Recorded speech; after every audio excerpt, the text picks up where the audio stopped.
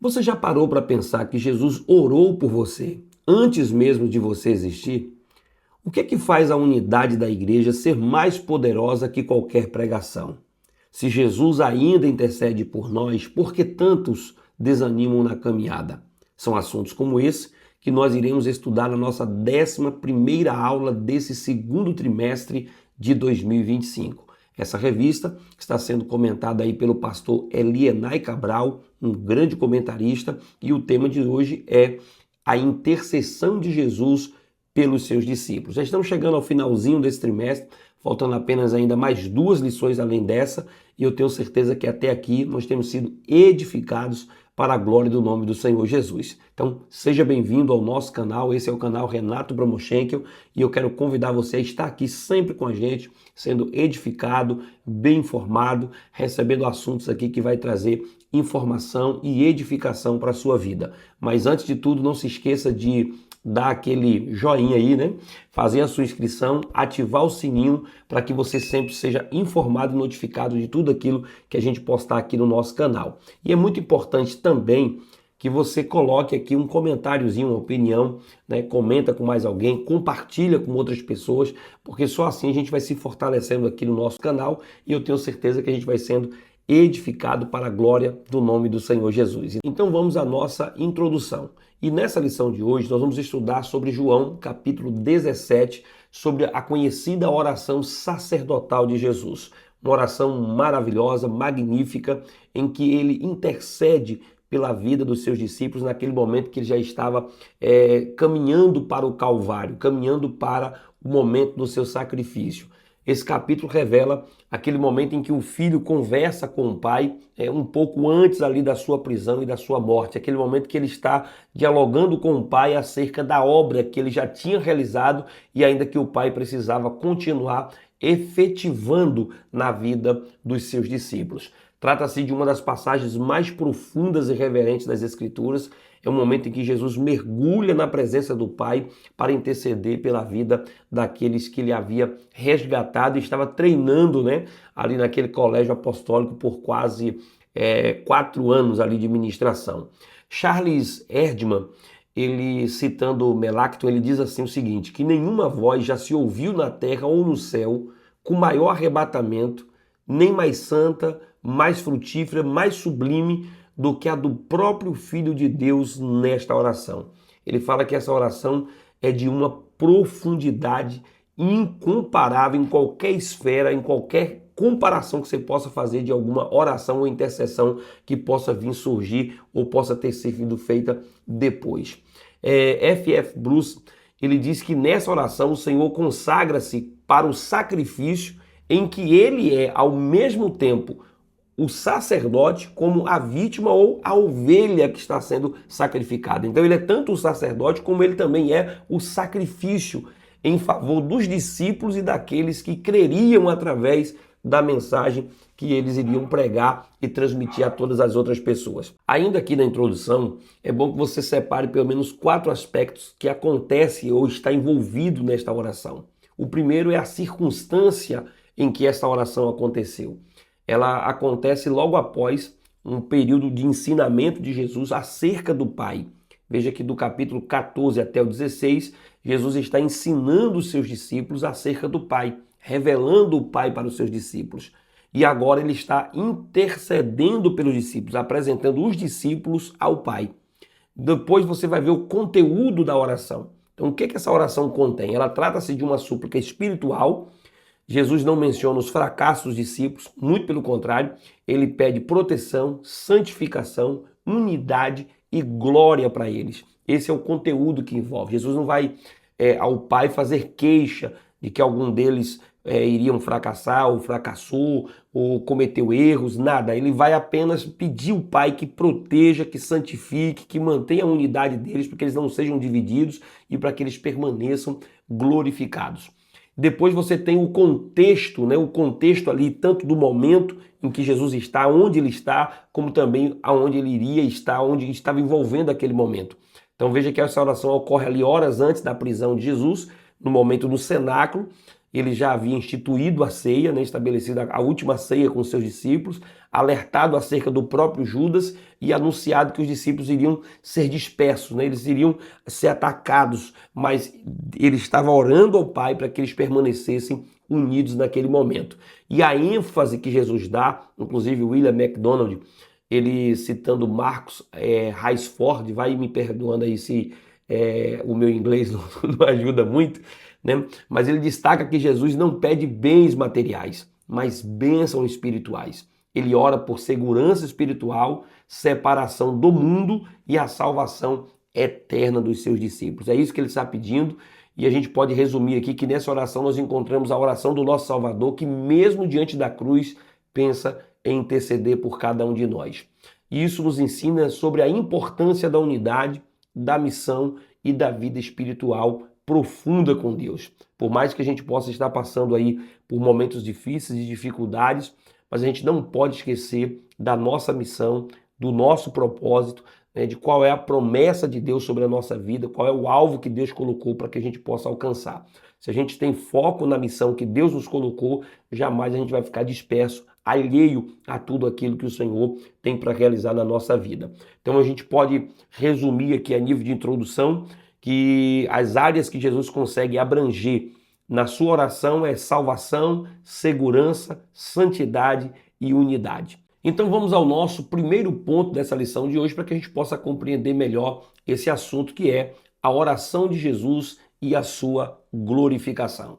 O Warren Wiersbe, ele diz que Jesus dividiu essa oração pelo menos em 3 partes. A primeira é quando ele ora por si mesmo, pedindo ao Pai que o glorifique. Em seguida, ele intercede pelos seus discípulos. Ele ora pelos seus discípulos para que eles fossem guardados, santificados e se mantessem unidos. E por último, ele ora pela igreja, por todos aqueles que viriam crer por meio do testemunho dos apóstolos. Então, nessas 3 divisões é que vamos acompanhar os 3 pontos dessa aula de hoje, onde o primeiro é a oração de Jesus e a sua glorificação. No primeiro tópico, a oração de Jesus. Entre todas as orações de Jesus registradas nos evangelhos, essa de João capítulo 17 é a mais profunda e a mais elevada. É a que traz uma profundidade, um mergulhar espiritual tremendo do que Jesus faz pelos seus discípulos. João, ele é o único evangelista que relata essa oração de forma completa. Ele coloca na íntegra aquilo que Jesus orou e aquilo que ele falou pelos seus discípulos. E onde aqui a gente consegue ver o coração de Jesus completamente voltado ao Pai através da intercessão. E não poderia ser diferente. Eu acredito que todos os evangelhos são essenciais, são maravilhosos, têm suas características, mas há algo tremendo em João é que ele mergulha nos ensinamentos. Ele mergulha completamente nos propósitos dos sinais. Então ele tem uma característica completamente peculiar e diferente de todos os outros. Acredito que todos os outros são essenciais, necessários, têm sua importância e relevância, afinal de contas, se não precisasse, não estariam, não teríamos os 4, temos os 4 justamente porque um completa o outro, mas a forma peculiar com que João escreve acerca das últimas palavras de Jesus traz algo significativo para a missão da igreja. E o capítulo começa dizendo que Jesus falou estas coisas, fazendo referência direta ao seu discurso anterior sobre a vinda do Espírito Santo como Consolador, que está do capítulo 14 até o 16, quando ele está dizendo que ele precisava ir para que o Consolador pudesse vir para interceder pelos seus discípulos. E é provável que essa oração tenha ocorrido no mesmo local da última ceia, ainda no cenáculo, antes mesmo de saírem para o Getsêmani. Então, é possível que essa oração que Jesus fez, ela ocorreu ali um pouco antes, porque aqui você percebe que todos os discípulos estão atentos ao momento da oração. Se fosse uma oração feita, por exemplo, a oração foi feita no Getsêmani, a Bíblia diz que os discípulos tosquenejaram, dormiram, não conseguiram nem prestar atenção naquele momento que Jesus estava orando em agonia com o Pai. E o teor também soa de forma diferente. Então é bem possível que essa oração tenha sido feita ali no mesmo local da última ceia, quando ele decidiu interceder pelos seus discípulos para que eles pudessem permanecer guardados e protegidos pelo Pai. E os estudiosos, eles chamam essa oração de várias formas. Eles dizem que é a oração intercessória, outros chamam de oração sacerdotal ou oração de consagração. Todos os títulos apontam para o conteúdo espiritual profundo desse momento em que Jesus está intercedendo pelos seus discípulos. Como eu disse, o Wiseman, né, ele divide essa oração em 3 partes, ele aponta que Jesus dividiu essa oração em 3 partes. Primeiro, orando por si, né, orando ali para que ele pudesse estar preparado para aquele momento, para que o Pai o glorificasse, para que ele fosse glorificado, para que ele pudesse cumprir a missão. Depois ele intercede pelos seus discípulos para que eles fossem guardados e santificados. Depois ele vai orar para que a igreja também seja guardada, né? Todos aqueles que viessem a crer por meio do testemunho apostólico, então também seriam guardados. Então essa oração nos permite ouvir a voz do nosso Senhor em sua mais pura intimidade com o Pai, às vésperas da cruz. É o coração do sumo sacerdote, revelado em súplica amorosa e fiel pelos seus escolhidos. Mas vamos ainda ao nosso segundo tópico, a oração de Jesus pela sua glorificação. Na oração de Jesus, pedindo por sua glorificação, havia um significado espiritual mais profundo, que não se tratava aqui de um ato egoísta. Ele não estava pedindo aqui algo como orgulho, vaidade, não, nada disso. Você vai compreender o que Jesus estava pedindo aqui. Como já abordamos antes, né? Ele estava plenamente ciente do seu ministério e, portanto, da finalidade da sua missão aqui na Terra. Assim, né, em sua conversa direta com o Pai, Jesus declara que é chegada a sua hora, referindo-se ao momento em que o Pai o glorificaria por meio do seu sacrifício redentor do Calvário. Ou seja, muitas vezes Jesus disse que a sua hora ainda não tinha chegado. Você vai ler isso várias vezes, ele dizendo, olha, a minha hora ainda não é chegada. Mas agora a sua hora de ir para a cruz havia chegado e ele iria não como um derrotado, mas como um rei caminhava para o trono. Ele não estava indo como alguém forçado, levado à força, sem querer que aquilo acontecesse. Ele estava indo de cabeça erguida, entendendo qual era a missão que ele tinha para cumprir. Veja que no momento da transfiguração, a Bíblia diz que os discípulos ali, um deles que é Pedro, né, até pede para que ele não vá, para que ele não faça esse sacrifício, pedindo que ele iria fazer ali algumas tendas para que ele, Moisés e Elias permanecessem, né, queria que eles jamais perdessem Jesus. Mas Jesus diz, olha, eu preciso ir, né, eu preciso cumprir a minha missão. Eu sou igualzinho à semente de trigo, se não morrer, fica sozinha, mas se morrer, ela produz muitos frutos. Então Jesus sabia o que estava acontecendo. Então nosso Senhor ele expressa, glorifica o teu filho, para que também o teu filho glorifique a ti. João capítulo 17, verso 1. Mas que glorificação é essa? O nascimento e a vida e a morte de Cristo não foram acidentes, mas fazia parte de uma agenda traçada pela eternidade. Apocalipse capítulo 13, verso 8 vai dizer, Cordeiro que foi morto desde a fundação do mundo. Olha o que Pedro, ou Paulo, melhor dizendo, ensina na carta aos Efésios, diz que nós fomos eleitos em Cristo antes da fundação do mundo. Então a vinda de Jesus a esse mundo não foi um acidente, uma agenda aleatória que aconteceu por acaso, como existe até algumas religiões que ensinam que diz que Jesus morreu de forma precoce, e aí veio o fundador dessa religião agora completar a missão que Jesus não conseguiu completar. Não, queridos. Jesus ele veio a este mundo com um propósito. Desde a eternidade, ele é o Cordeiro de Deus que havia sido preparado para esse momento. Quando ele está iniciando o ministério dele, o próprio João Batista diz, eis aí o Cordeiro de Deus. Então Jesus ele veio para uma missão, cumprindo a missão. Pois esse sacrifício na cruz produziu efeitos maravilhosos, efeitos tremendos na nossa vida. Não a cruz por si só, porque ali naquela cruz também, né, morreu outros malfeitores, morriam na cruz. Mas o sacrifício de Jesus produziu grandes efeitos na nossa vida. Quando você olha, por exemplo, na cruz, ele cumpriu o plano de redenção. Foi na cruz que ele derrotou Satanás. Foi na cruz que ele despoja os principados. E é na cruz que ele revela ao mundo o imenso amor do Pai. Então a cruz, ela serviu como um marco do sacrifício, um momento do sacrifício em que Jesus estava realizando por toda a humanidade. O Pai foi glorificado naquele momento da cruz. Por isso que ele diz, Pai, né, que o Filho seja glorificado para que eu te glorifique também. Então o Pai foi glorificado na cruz. Como é que Deus foi glorificado na cruz? A cruz glorifica a Deus ao expor a própria sabedoria de Deus em salvar o pecador. A fidelidade de Deus às promessas, a sua santidade ao julgar o pecado e o seu amor em oferecer o seu filho como sacrifício. Isso aqui estava glorificando o Pai. Jesus glorificou o Pai através de milagres que ele fez, por exemplo, em João capítulo 2, verso 11, em João capítulo 11, verso 40.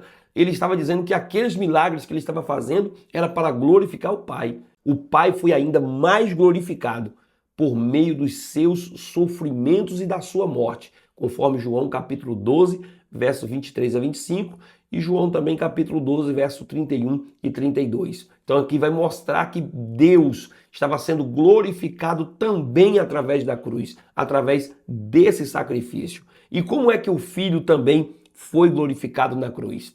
Na cruz ele manifesta sua compaixão, sua obediência e poder ao dar voluntariamente sua vida, como declara João capítulo 10, verso 18. Ninguém a tira de mim, mas eu de mim mesmo a dou. Ou seja, como disse o apóstolo Paulo, Cristo me amou e se entregou por mim. Então na cruz Jesus foi glorificado pela sua obediência, pela sua compaixão. Ele diz, não faça a minha vontade, mas a sua. Então ele obedeceu ao Pai até os últimos momentos, todos os momentos, para que ele pudesse cumprir a sua missão. O Dr. Carson, ele comenta que a odiosa profanidade do Gólgota significa apenas a glorificação do Filho. Quando Jesus vai à cruz, de forma tão, como Paulo vai descrever aos Gálatas, a morte mais maldita, né? Maldito é todo aquele que for levado à cruz. Então, de forma bem maldita, o Filho se coloca no nosso lugar. Cordeiro mudo que foi pisado, né? Ferido pelos nossos pecados. Então ele vai ali e passa toda aquela vergonha, aquilo que parecia vergonha, aquilo que parecia uma derrota, na verdade foi glória e vitória para toda a igreja, para todo o reino de Deus. Por fim, essa oração foi proferida na mesma noite do Getsêmani, poucas horas antes da crucificação, quando o Filho se consagra para glorificar o Pai e cumprir até o fim a sua missão redentora. Mas vamos continuar, porque o assunto é profundo. Nós temos aqui o terceiro tópico, a mesma glória com o Pai. Nos versículos 5, Jesus declara, agora, Pai, glorifica-me contigo com a glória que eu tinha antes que o mundo existisse. Aqui, Jesus está pedindo a restauração da glória que ele voluntariamente deixou ao encarnar. É uma glorificação mútua entre Pai e o Filho, evidenciando que a sua missão estava prestes a ser concluída com a cruz e a ressurreição e a própria exaltação. Então, duas verdades nós podemos destacar aqui. A primeira é que Jesus pede para reassumir a glória que possuía antes da encarnação. Cristo, que veio do céu, deixou sua majestade para viver entre nós em humildade, sendo conhecido como o Filho do Carpinteiro. Ele que veio a este mundo. Paulo diz que ele assumiu a forma de homem e veio a este mundo para cumprir uma missão que estava sobre os seus ombros. Agora ele pede para retornar à sua posição de honra ao lado do Pai. F.F. Bruce, ele comenta que a glória que ele receberá do Pai é a mesma que ele desfrutou na presença dele antes da criação. Naquele princípio em que o verbo era eterno com o Pai, conforme João capítulo 1, verso 1 e verso 2. No princípio era o verbo estava com Deus e o verbo era Deus, e o verbo se fez carne e habitou entre nós. Charles Erdmann, ele por sua vez afirma, se desejarmos um argumento irrefutável que prove a deidade de Cristo, aí temos somente nesse capítulo de João. A sublime consciência que aí revela do que era o fato de arrogar a si o domínio do universo. Ou seja, a referência que faz a uma existência anterior a uma unidade viva com o eterno Deus. Tudo isso, para nós, só pode provar pelo menos três coisas. Ou você diz que Jesus era um louco, um blasfemo, ou você acredita e mergulha que de fato ele era Deus. Porque fazer essa oração da forma que ele fez, pedindo, que o Pai o glorifique, dizendo, Pai, glorifica-me contigo com a glória que eu tinha antes que o mundo existisse. Não há prova maior de que nós estamos falando da pessoa de Deus aqui, Jesus Cristo, o Filho de Deus, encarnado, que estava orando, intercedendo pelos seus discípulos e falando e revelando a sua divindade para aqueles que estavam ali presentes. Jesus deseja aqui que a sua igreja contemple a sua glória. Essa é a segunda parte que a gente pode entender desse momento, dessa oração. Cristo ora para que os seus discípulos estejam com ele e participem da sua glória. Ele vai dizer: Pai, eu quero que os que me destes estejam comigo onde eu estiver. Então eles verão a glória, ou toda a glória que tu me destes, conforme João capítulo 17, verso 24. Essa promessa aqui, ela aponta para o futuro, né, para uma glorificação dos crentes, quando, como diz João, seremos semelhantes a ele, pois o veremos como ele realmente é. Querido, não apenas habitaremos no céu, mas reinaremos com Cristo em tronos de glória, como participantes do seu reino eterno. Que coisa maravilhosa. Então é isso que Jesus está orando e pedindo ao Pai, dizendo que os discípulos iam conhecer a sua glória, conhecer a sua manifestação, não como carpinteiro, como um homem comum que não tinha onde reclinar a sua cabeça, como aquele que não tinha um reino, um domínio para exercer humanamente falando aqui na terra. Os discípulos estavam andando com um homem comum que precisou ir ali no rio e pedir a Pedro que fosse lá pegar um imposto que estava ali dentro da boca do peixe, né? Que não tinha onde reclinar a sua cabeça. Mas agora ele estava dizendo que os seus discípulos iam conhecer ele com um trono de glória, com um reino poderoso estabelecido. É sobre isso que ele estava orando ao Pai.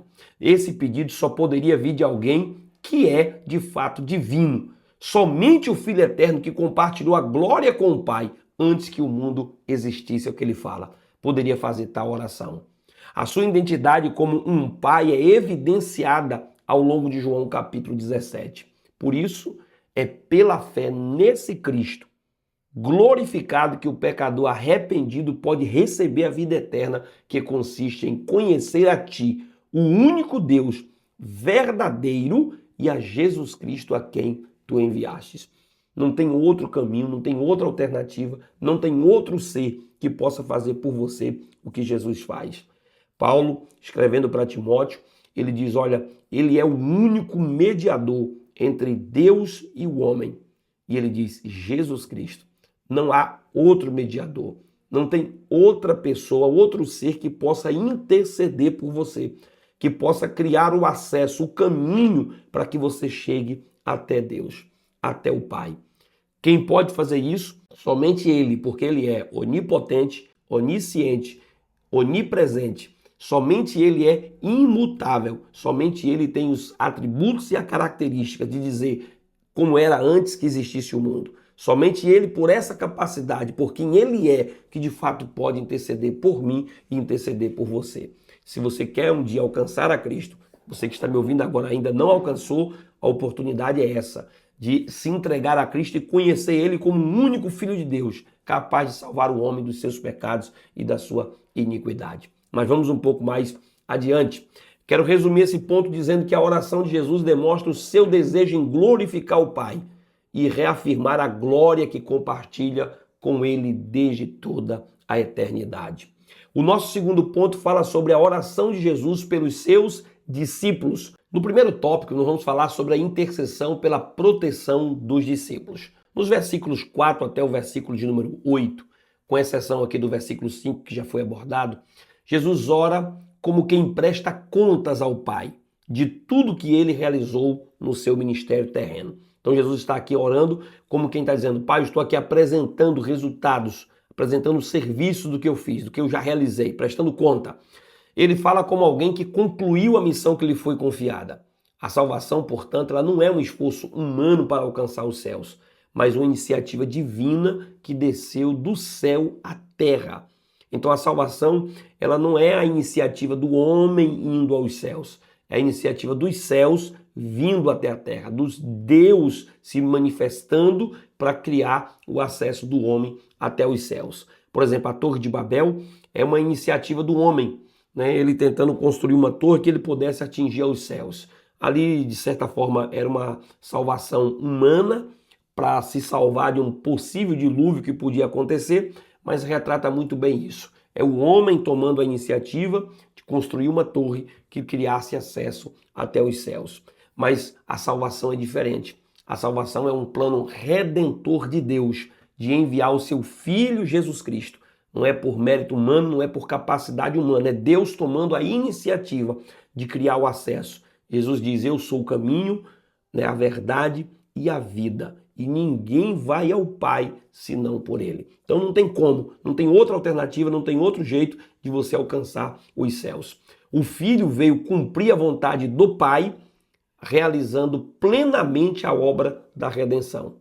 E na cruz ele declarou, está consumado. Uma das últimas palavras de Jesus na cruz, nas últimas frases de Jesus na cruz, em João capítulo 19, verso 30. Então não há nada mais a ser feito. Ele cumpriu tudo, não há acréscimos. Ele concluiu. Está consumado. Essa expressão grega aqui usada por tetelestai, né, era comum em 3 situações na cultura da época e todas com um forte valor simbólico para aquele tempo. Quando um filho, por exemplo, ele cumpria a missão dada pelo pai, ele dizia, pai, tetelestai, ou seja, eu concluí, eu fiz o que o senhor me pediu. Quando uma dívida era quitada, né, e havia a conclusão ali, acabou a prestação, acabou a última parcela, você pagou, aí era dito também tetelestai, a dívida foi paga. Quando se recebia a posse de um terreno, se registrava também tetelestai, ou seja, havia concluído. Então essa expressão resume a vitória da cruz, missão cumprida, dívida paga, posse garantida. Jesus cumpriu o que veio fazer. Não ficou mais nada para que alguém completasse, para que alguém viesse realizar ou para que alguém pudesse fazer. Nos versículos 6, por exemplo, Jesus começa a interceder diretamente pelos seus discípulos, pedindo ao Pai por sua proteção e unidade, pois seriam responsáveis por continuar a missão da pregação do evangelho ao mundo. Aí ele diz, manifestei o teu nome àqueles que me deste no mundo. Eram teus, tu me destes, e eles obedeceram a sua palavra. Essa declaração revela a origem divina dos discípulos. Pertencia ao Pai, mas os entregou ao Filho. Jesus reforça que essa verdade ao longo da oração, afirmando 7 vezes que os discípulos lhe foram dados pelo Pai. Dentro dessa mesma oração, por 7 vezes, Jesus vai dizer que os discípulos foram dados pelo Pai. Então veja que isso revela um princípio profundo. Cristo é o presente de Deus para a igreja, mas a igreja também é um presente do Pai para o Filho. Então Jesus ele dá, né, Deus, o Pai, ele deu Jesus como um presente para a igreja, uma dádiva, né, o dom da vida. E ele também agora dá essa igreja ao Filho. Então durante quase 4 anos Jesus ensinou, cuidou e preparou esses homens para darem continuidade ao seu ministério aqui na terra. Durante 4 anos ele investiu tempo, né, se sacrificou, investiu conhecimento, passou para os seus discípulos tanto teoria como prática, para que eles pudessem dar continuidade a esse ministério, para que esse evangelho fosse pregado aos 4 cantos. E hoje estamos aqui transmitindo a palavra de Deus através de meios de comunicação tão modernos que nós temos hoje, que é a internet, alcançando vidas, alcançando pessoas, dando continuidade àquilo que aqueles discípulos foram treinados há mais de 2000 anos ou há quase 2000 anos atrás. Então, apesar das limitações, eles se mostraram fiéis e estavam prontos para serem enviados ao mundo com a palavra da verdade. Vamos ao nosso segundo tópico do segundo ponto. Os discípulos receberam a palavra. Embora nem sempre compreendessem plenamente os ensinamentos do mestre, os discípulos acolheram e guardaram a palavra de Deus. Jesus afirmou ao Pai, eles obedeceram a tua palavra. Foram chamados e atenderam essa palavra. Essa obediência inicial, mesmo com limitações humanas, demonstrava a fé genuína e disposição dos discípulos em seguir a verdade. Mesmo ali sem compreender, várias vezes Jesus falava as coisas para eles, eles compreendiam de forma diferente ou não conseguiam compreender, em particular perguntava tudo de novo. Havia como que uma dificuldade no entendimento, mas os ensinamentos estavam ali. Igualmente quando acontece comigo e com você, quando a gente começa a se recordar de ensinamentos dos nossos pais e hoje a gente consegue compreender melhor na condição de pai mesmo, por exemplo, a gente consegue ver assim, quando antes a gente era criança ainda, que o pai dava um comando para não ir, para não fazer, para não subir, para não comprar. aí a gente achava aquilo ali como apenas uma proibição e ficávamos chateados, né? Com raiva porque o pai proibiu fazer determinada coisa, mas hoje a gente consegue compreender. Então a gente tinha uma compreensão diferente, obedecia, mas hoje a gente consegue compreender o valor daquela proibição, o valor daqueles ensinamentos. Às vezes a gente obedecia por questão da força do momento, mas obedecia. Mas agora a gente consegue compreender que boa foi as palavras, né? As surras que a gente lembra também, que a gente tomava umas costas de vez em quando. Então tudo isso a gente consegue lembrar de forma diferente, um olhar diferenciado. Então no Pentecostes, né, foi a partir do Pentecostes que a compreensão deles foi ampliada pelo Espírito Santo. Quando você vê um Pedro que não conseguia compreender que Jesus precisava ir para a cruz, que chegou a negá-lo. Quando você vê discípulos que perguntavam sobre até a parábola da semente, não tendo compreensão. E aí Pedro fica de pé no dia de Pentecostes e prega um sermão daquele que está lá descrito em Atos capítulo 2, uma mensagem daquela que 3.000 almas se convertem. Então você percebe que tudo aquilo já estava dentro do coração. Eles tinham compreensão da palavra, eles tinham a palavra, mas o que faltava era aquilo que o Espírito Santo vai fazer. Ele vem sobre os discípulos e capacita, reveste de poder. E eles pregam com autoridade para toda aquela multidão e almas se rendem a Cristo naquele dia. Então, cheios do poder do alto, os discípulos passaram a lembrar, entender e anunciar com clareza tudo o que havia aprendido de Jesus. Você vai ver isso aqui lá em Atos 2, verso 14 até o verso 36. Essa transformação mostra que guardar a palavra não é apenas memorizá-la, mas vivê-la com fidelidade e permitir que o Espírito revele seu significado no tempo certo na nossa vida. Quando vivemos em obediência à palavra de Deus, nosso testemunho se torna verdadeiro e eficaz. A palavra de Deus ela é essencial para a nossa santificação e crescimento espiritual. Ela é suficiente para edificar a nossa vida, sendo a verdade a espada do Espírito que nos concede alegria, amor de Deus e poder para viver uma vida santa. É o meio pelo qual Deus chama a salvação. É a palavra de Deus que manifesta o poder de Deus. Não é eloquência humana, mas o poder de Cristo revelado por meio da sua palavra que leva as pessoas à salvação. Paulo diz que não é por persuasão humana, mas pela palavra de Deus que é poder para a salvação de todo aquele que crê. Lógico que eu não estou aqui descartando a capacidade de comunicação que cada pessoa tem, né, de explicar, de falar a palavra, de fazer as pessoas compreender aquilo que está, mas não é a minha habilidade de oratória, a sua habilidade de oratória. É o poder da palavra. A palavra por si só, ela tem o poder manifestado através do poder de Cristo. A palavra, quando ela chega por ser de Cristo, ela consegue vivificar o homem, transformando o homem através desse poder maravilhoso. Mas vamos ainda ao nosso terceiro tópico, protegidos do mundo.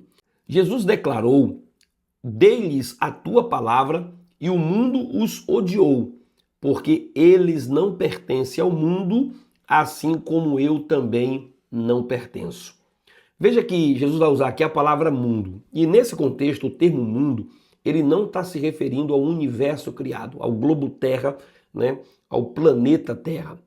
Como também não está se referindo à humanidade, às pessoas, como está em João capítulo 3,16. Deus amou o mundo de tal maneira que deu o seu Filho unigênito para que todo aquele que nele crê não pereça, mas tenha vida eterna. Então, toda vez que você encontrar a palavra mundo numa leitura da Bíblia e até também numa leitura secular, você precisa entender que às vezes precisa compreender o contexto para que você entenda o valor que aquela palavra está sendo aplicada ali. Por exemplo, você vai entender, por exemplo, o mundo do esporte, o mundo da política. Então, essa palavra mundo está se referindo a um sistema.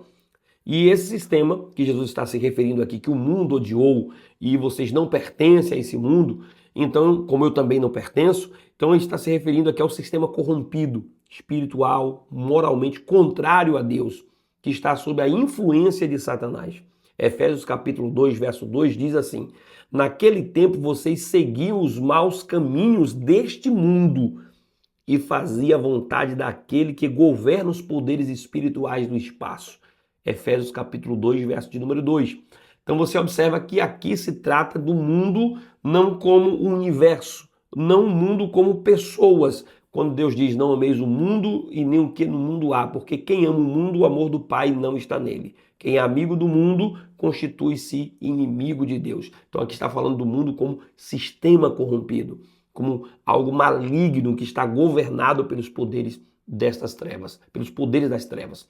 Então trata-se de um ambiente hostil à fé, que rejeita a verdade e persegue aqueles que abraçam. Só para você entender a dimensão do que Jesus está falando sobre mundo aqui, você vai ver que Jesus vai citar pelo menos 5 verdades essenciais dentro desse capítulo 17, aqui tudo no capítulo 17 de João, falando sobre a questão do mundo. Ele diz que nós não somos do mundo, João 17, versos 14 e 16. Nossa origem é celestial, ou seja, estamos no mundo, mas não pertencemos mais ao mundo. Jesus nos resgatou desse mundo. Ele vai dizer que o mundo nos odeia no verso 14. Ou seja, por essa conexão com Cristo, por esse relacionamento que desenvolvemos com Cristo, somos odiados pelo mundo. É isso que Jesus estava revelando aos seus discípulos. No verso 19, ele vai dizer que somos chamados do mundo. Ou seja, a santificação nos separa de forma moral e espiritualmente do mundo. E se isso não estiver acontecendo, a gente precisa rever os princípios do Evangelho, da Palavra de Deus, para que isso possa acontecer. Porque nós temos que nos separar do mundo, do pecado, da iniquidade. Nós não somos mais vivendo no mundo como as outras pessoas vivem. Estamos no mundo, mas não pertencemos mais ao mundo. No verso 11 e verso 15, diz que estamos no mundo, mas somos guardados no mundo. Ou seja, vivemos no mundo como sal e luz, influenciando, mas sem nos contaminar. Ou seja, a gente está no mundo aqui, mas está aqui para influenciar através do evangelho que recebemos de Cristo. E por último, no verso 18, somos enviados de volta ao mundo. Veja que temos a missão de ir ao mundo como Cristo, interagindo para atrair pessoas à salvação. Esse é o nosso dever. Então, aqui são verdades que Jesus vai dizer. Jesus ele intercede pelos seus discípulos com 2 pedidos fundamentais. O primeiro é que eles fossem guardados do mundo. Então esse sistema maligno odeia os discípulos e tentam arrastá-los para longe de Deus. Por isso eles precisam ser protegidos. E a Bíblia relata que Demas, por exemplo, abandonou a fé porque amou o presente mundo, conforme Paulo descreve em 2 Timóteo capítulo 4, verso de número 10, revelando o perigo de ceder às suas seduções. Então temos que ter muito cuidado, porque o mundo ele não está constantemente tentando nos atrair através de sua influência, de suas seduções, das suas artimanhas, das suas práticas. E não pense no mundo tentando nos atrair apenas nos aspectos como roupa, não.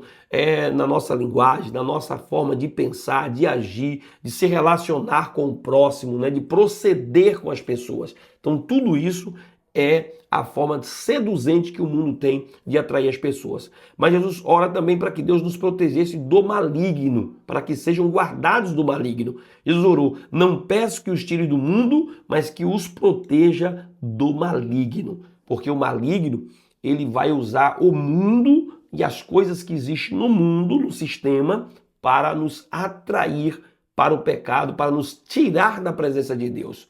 O mal aqui não é uma força impessoal, mas o próprio diabo, aquele que cega os incrédulos, conforme segunda carta de Paulo aos Coríntios, capítulo 4, verso de número 4. Em Efésios, capítulo 6, verso 11, diz que ele arma ciladas contra os crentes. Em 1 Pedro, capítulo 5, verso 8, diz que anda ao nosso redor como um leão, procurando a quem possa devorar. Então não estou falando aqui de um ser inanimado, que não existe, impessoal. É alguém que existe, é real e está tentando ao todo o tempo destruir e nos afastar da cruz de Cristo. Contudo, não estamos desamparados. Jesus intercede por nós à direita do Pai, conforme Romanos capítulo 8, verso 34, e vive para sempre, a fim de nos salvar completamente, Hebreus capítulo 7, verso 25. Assim, a segurança dos discípulos e da igreja não está em si mesma, mas na fidelidade e intercessão contínua que Cristo faz por cada um de nós. E aqui é bom que você saiba e preste bem atenção nisso, que você precisa se apropriar e não dar lugar ao diabo. Se apropriar daquilo que Jesus fez, do sacrifício, da sua intercessão, manter comunhão com Cristo, porque o inimigo vai estar sempre ao derredor, bramindo, lutando para tentar te tragar. Mas quando a sua vida está escondida em Deus, você é protegido. Então, se Jesus está intercedendo por nós, constantemente orando, nos protegendo, né?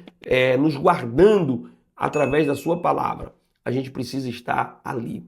Veja o que diz o Salmo 91, né? Aquele que habita no esconderijo do Altíssimo e descansa na sombra do Onipotente. Só até aqui revela a condição de quem é guardado. É quem habita e quem se esconde na sombra do Onipotente. E aí depois disso, todas aquelas pragas, mortandades, setas que voam ao meio-dia, todos os males que vai acontecer, não acontece para aquele que habita, para aquele que se esconde no Altíssimo, para quem faz de Deus a sua fortaleza. Então que você possa se esconder em Cristo e ter a sua vida guardada para a glória de Deus. Então vamos ao nosso terceiro ponto, a oração de Jesus pelos que viriam a crer. No primeiro tópico nós temos aqui a oração pela unidade da igreja. Na terceira parte da sua oração, Jesus intercede não apenas pelos discípulos presentes, mas por todos aqueles que creriam nele por meio da pregação do Evangelho, conforme o verso de número 20. Seu pedido central é claro, unidade espiritual entre os seus seguidores. Essa unidade não se trata de uma uniformidade organizacional ou de uma estrutura denominacional, mas de uma comunhão profunda, moldada pelo amor e pela verdade. Semelhante à comunhão perfeita entre o Pai e o Filho, ou seja, que todos sejam um, como tu estás em mim, ó Pai, e eu estou em ti. Infelizmente existem divisões internas, as disputas e rivalidades. Ainda hoje isso mancha o testemunho da igreja e torna a igreja muito frágil diante do mundo. Quando a igreja se divide, ela começa a competir, né, tanto internamente como igrejas contra igrejas, tudo isso começa a macular, manchar o legado da igreja. O próprio pastor William Barclay, ele diz que as igrejas que competem entre si não podem evangelizar o mundo. A gente sabe que cada igreja tem o seu estatuto, né, os seus regimentos, as suas formas de liturgia, mas as igrejas não podem pegar dessa questão, dessa estrutura organizacional e fazer disso uma militância para dividir, competir entre si, começar a se degradar. Se a igreja não entende o propósito maior, que é a igreja universal, invisível, a igreja que não tem uma bandeira institucional, mas a igreja que está aqui para pregar o evangelho de Cristo, para levar as pessoas, as ovelhas a Cristo, que é a porta, Cristo que é o aprisco, Cristo que é o pastor das ovelhas. Nós somos apenas cooperadores nesse reino.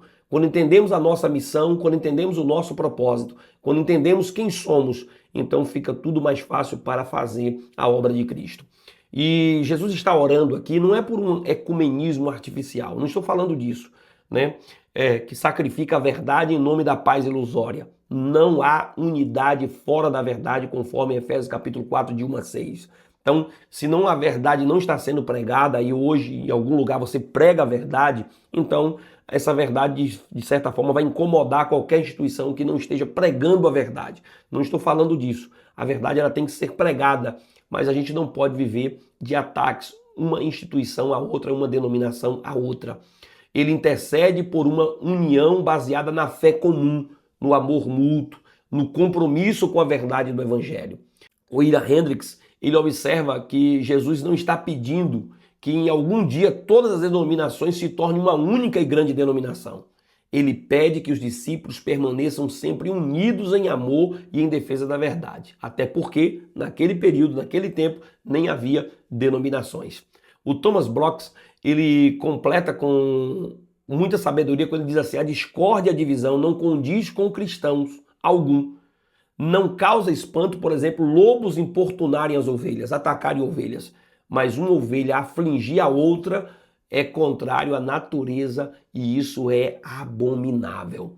O lobo atacar a ovelha é muito normal. O lobo perseguir a ovelha. Mas quando você vê o pastor perseguir a ovelha atacar o pastor, isso não é a natureza normal. Quando você vê ovelhas atacando ovelhas, isso não é a natureza normal. Isso não é a natureza normal da coisa. Então, se isso está acontecendo, isso não está dentro dos parâmetros estabelecidos pela palavra de Deus. A gente precisa viver esta unidade que Jesus estava orando pelos seus discípulos. Portanto, a verdadeira unidade pela qual Jesus orou nasce do novo nascimento, se expressa no amor e se mantém pela verdade. Uma igreja unida dessa forma reflete a glória de Deus ao mundo, conforme o verso 23, e demonstra que o evangelho é real e não é apenas fingimento, não é apenas uma pregação que faz em cima do púlpito e não reflete no dia a dia nas pessoas. No nosso segundo tópico, qual é o propósito dessa unidade? Na oração de Jesus, a unidade do seu povo tem um objetivo claro: para que o mundo creia que tu me enviastes. Ou seja, a comunhão entre os crentes, ela vai autenticar a missão de Cristo diante do mundo. A unidade da igreja é um testemunho vivo de que o evangelho é verdadeiro e que Jesus é de fato o enviado do Pai. Essa é a melhor pregação quando a igreja vive uma vida unida, quando a igreja vive uma vida verdadeira de união e de amor. Jesus disse que quando todos amarem uns aos outros, todos saberão. Quando vocês amarem uns aos outros, todos saberão que sois os meus discípulos. É o amor que é a maior pregação da igreja. Fala mais alto quando há unidade. Essa unidade espiritual se manifesta pelo menos de 4 formas. Unidade como membros do corpo de Cristo. Cada salvo é parte de um só corpo, como Cristo também é o cabeça desse corpo, conforme está em 1 Coríntios capítulo 12, verso de número 12. Essa unidade, ela reflete no crescimento do conhecimento de Cristo. Quanto mais conhecemos o Senhor, mais nos aproximamos uns dos outros, conforme Pedro, na segunda carta de Pedro, capítulo 3, verso de número 18. Essa unidade também, ela reflete no fruto do Espírito. O caráter de Cristo formado em nós gera harmonia e amor entre os irmãos, conforme Gálatas capítulo de número 5, verso 22 a 23. Paulo está ensinando sobre o fruto do Espírito, que está dividido pelo menos em 9 partes. Essas 9 partes, nós podemos dividir em 3 primeiras virtudes. Ela fala do nosso relacionamento que a gente tem com Deus. Somente no relacionamento que eu tenho com Deus é que eu posso ter amor, é que eu posso ter paz, é que eu posso ter alegria, o gozo. Quando vem as 3 próximas virtudes, elas estão ligadas diretamente ao relacionamento que eu desenvolvo com o próximo. Elas só podem aparecer na minha vida através do Espírito quando eu mostro isso através da minha vida, do meu relacionamento com o próximo. Eu não tenho como ser longânimo comigo mesmo. Eu sou longânimo com o próximo.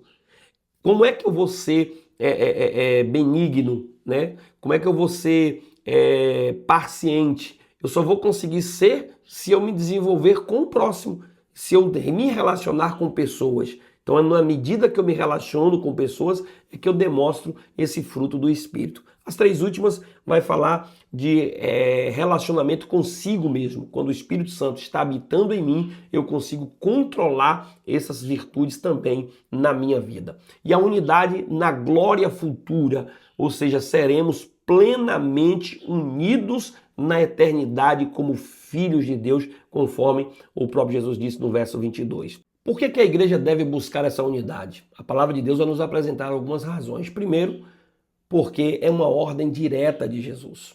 Foi Jesus que ordenou isso. No capítulo 17, verso 11, verso 20 a 22. Ele orou para que fôssemos um, assim como ele e o Pai é um. Ou seja, se Jesus deu esta ordem, orou para que isso acontecesse, o que nos resta? Obedecer. É uma ordem, Jesus.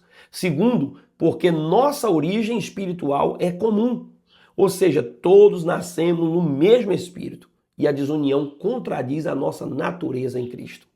Terceiro, porque nossa missão exige unidade. A harmonia entre os crentes torna visível ao mundo o amor de Deus e a divisão, por sua vez, enfraquece o testemunho cristão. Se há desunião, a igreja não consegue pregar o evangelho. Quando há união, isso fortalece a palavra, fortalece a ministração da igreja. Isso dá autoridade à igreja para falar. Agora, quando a gente não consegue viver em união, então, meu irmão, a gente não consegue ter força para pregar a palavra. E em quarto, porque nosso destino é a eternidade. Se vamos viver juntos na eternidade, se iremos viver unidos aqui, nós podemos viver unidos na eternidade. Mas se a gente não consegue viver unido aqui, como seremos uma só família lá na eternidade? Como seremos uma só família com Jesus Cristo? Se há desunião aqui. Lá no céu não haverá divisões, né, para um morar de um lado, um morar do outro, e ali não poder nem se encontrar, nem se ver. Não é isso. Se nós pregamos o verdadeiro evangelho, é preciso que haja a unidade aqui. E o nosso terceiro e último tópico, para a gente finalizar a nossa aula, a oração por encorajamento à unidade. Nos versos 21 a 22 de João capítulo 17, Jesus roga ao Pai para que os seus discípulos sejam incentivados a viver em unidade, da mesma forma que ele e o Pai são um. Essa unidade não é apenas um ideal abstrato, mas um testemunho visível e poderoso de que Cristo é o Salvador enviado por Deus. A base dessa unidade é a fé comum no Senhor Jesus, para que todos sejam um, para que o mundo creia que tu me enviaste. Então aqui você já percebe que Jesus está orando para que a igreja seja encorajada a cumprir, a viver essa unidade. Porque quando a gente vive essa unidade, fica muito mais fácil pregar a palavra e ensinar as pessoas. Sem essa unidade espiritual, o testemunho da igreja perde força, perde credibilidade diante do mundo. Cristo só tem uma igreja, um rebanho e uma noiva. Ele não tem duas noivas, dois rebanhos, duas igrejas. Apesar de termos várias denominações, mas nós estamos ligados através de Cristo e do verdadeiro evangelho que ele ensinou aos seus filhos. Então, portanto, a unidade do povo precisa a unidade da igreja é firmada no desejo do Filho, no desejo de Jesus, é a vontade do Pai e é também uma ação realizada pelo Espírito Santo. O Arne de Boer, ele observa com precisão que Jesus não considera a unidade organizacional, que pode ser mantida como instrumento de poder, nem a unidade de ideias afins ou uma coligação com base em sentimentos convergentes, ou seja, unidade não se baseia em organização eclesiástica, nem afinidades ideológicas ou sentimentos humanos. Elas precisam estar baseadas na pessoa de Cristo.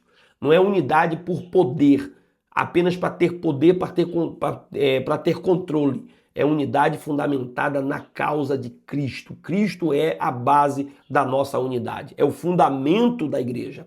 Veja que os herodianos, os fariseus e os saduceus se uniram para perseguir Jesus. Viu que essa unidade não é salutar, não é saudável? Foi uma unidade maligna com o propósito de destruir Jesus. Então, a unidade ela não pode estar fundamentada apenas na ideia da organização ou institucionalizada. Ela precisa estar fundamentada na pessoa de Cristo. É por causa de Cristo que nos unimos, nos organizamos, por causa de Cristo surge a necessidade de uma instituição, de uma organização. Cristo tem que ser a causa. Se Cristo deixou de ser a causa, se é para ter poder, se é para ter o monopólio, se é para ter o controle, então a causa deixou de ser Cristo, então se torna algo maligno, cheio de sentimentos humanos. Então não é um projeto humano, mas um reflexo da comunhão perfeita entre o Pai, o Filho e o Espírito Santo. E aí Jesus ora por essa unidade profunda e espiritual, para que ela pudesse ser duradoura e firmada na verdade do Evangelho, na fé comum e no amor que procede de Deus. A igreja deve, portanto, zelar por essa unidade e testemunhar ao mundo que Cristo vive em nós, promovendo paz, reconciliação e fidelidade à verdade. E eu posso concluir essa aula de hoje com você, chegando ao final de mais um estudo essa semana, dizendo a você que é extraordinário perceber que a oração sacerdotal de Jesus continua viva e relevante para nós nos dias de hoje. Essa oração continua valendo para os nossos dias. Essa oração é tão eficaz quanto qualquer outra parte dos ensinamentos das Escrituras. É Jesus orando e ensinando os seus discípulos de que eles deveriam viver em unidade, assim como ele e o Pai é um. Como membros do corpo de Cristo, fomos alcançados por essa intercessão e chamados a viver com consciência do nosso papel no reino de Deus. Esse privilégio traz consigo uma grande responsabilidade de testemunhar com entusiasmo, coragem, fidelidade ao Evangelho, revelando ao mundo a obra redentora de Cristo que ele consumou na cruz do Calvário. Nunca se esqueça disso. A unidade pela qual Jesus orou se manifesta em nossas vidas, em nossas igrejas e em nosso testemunho diário, para que o mundo creia que Jesus é o enviado do Pai para alcançar os homens que estão perdidos na iniquidade. Chegamos aqui ao final de mais uma aula. Muito obrigado por nos assistir até aqui. Que Deus em Cristo te abençoe. E semana que vem tem mais. Fica na paz de Cristo e até a nossa próxima aula. Mas não se esqueça de dar aquele joinha, fazer a sua inscrição, ativar o sininho e deixar aqui um comentário. Deus te abençoe em Cristo Jesus.